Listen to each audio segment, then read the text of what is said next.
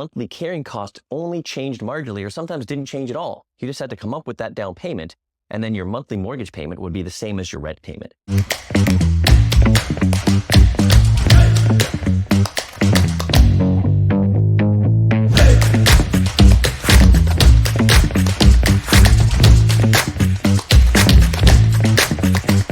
Missing middle. What does this mean in the housing market, and how did this situation get created? The missing middle is sometimes hard to explain, but I can do my best here to break down how we created this gap in our market and what we're missing in our housing market right now in terms of affordability.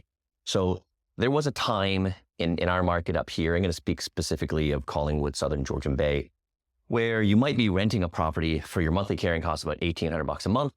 And then when you shift it over to buy your house for, let's say, you had a $400,000 mortgage on it, your payment then was marginally higher on a monthly basis. Maybe you're paying $2,100 based on the mortgage you take out and the lower interest rates at the time. So there was an easy shift. Saving up the down payment was easier because it was a lower average sale price.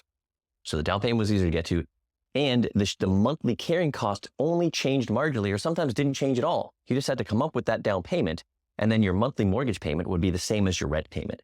But now what we're seeing happen as average sale prices are going up and the interest rates are up, if you take a $700,000 mortgage out on a home that you bought for, say, $800,000, that mortgage, $700,000 at, say, 5.5% is $4,400 a month. So if you're paying rent right now at, say, $2,500 a month, it's going to be almost double that to get yourself into a mortgage. So not only is it harder to save up that deposit because it's larger, but then your carrying cost is massive. So that is the missing middle. That's the gap. The gap between your $2,500 a month rent and then your $4,400 a month mortgage you're getting. And the only way to close that gap is with affordability in terms of price points and creating more units at a lower price point, or bringing the interest rate down. Because with my notes here, I see if you were to take a $700,000 mortgage at 2%, you'd be paying around $2,900 a month, which is probably very close to what you're paying for rent. So you take that at 2% when the mortgage rates were down there, and the missing middle isn't there. The gap is no longer there. But if you were to do that right now at the 5.5%, you're going to be looking at, to have that $450,000 mortgage, then you're looking at a monthly payment of about $2,900 a month. Again, you're either bringing the price down to create affordable housing, or you're bringing the interest rate down. And right now we have a massive gap there.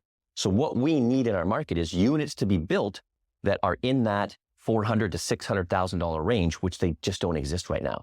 So that gap between renting and then buying around the $700,000 to $800,000 mark, which is sort of what the entry level is in our market right now, that gap is going to exist unless we get the more units to bring those prices down. So houses available to the young adults here looking to buy their first home between $400,000 and $600,000, for interest rates coming back down to, say, a 2% range, which is probably going to be unheard of for a long time. So right now, the main thing that we need to do when we have Bill 23 that's come out, that's build more homes faster. And that's what they want to do. And that's why we're trying to drive that into our market. But it's going to take time to start building all these smaller units at this lower price point to fill in that gap. So what we're going to have for a long time is the missing middle until we can get these units built. And then we're going to see interest rates slowly come down a little bit, more smaller units at a more affordable rate. And that's the way we're going to be able to close this gap and delete what exists now, which is the missing middle.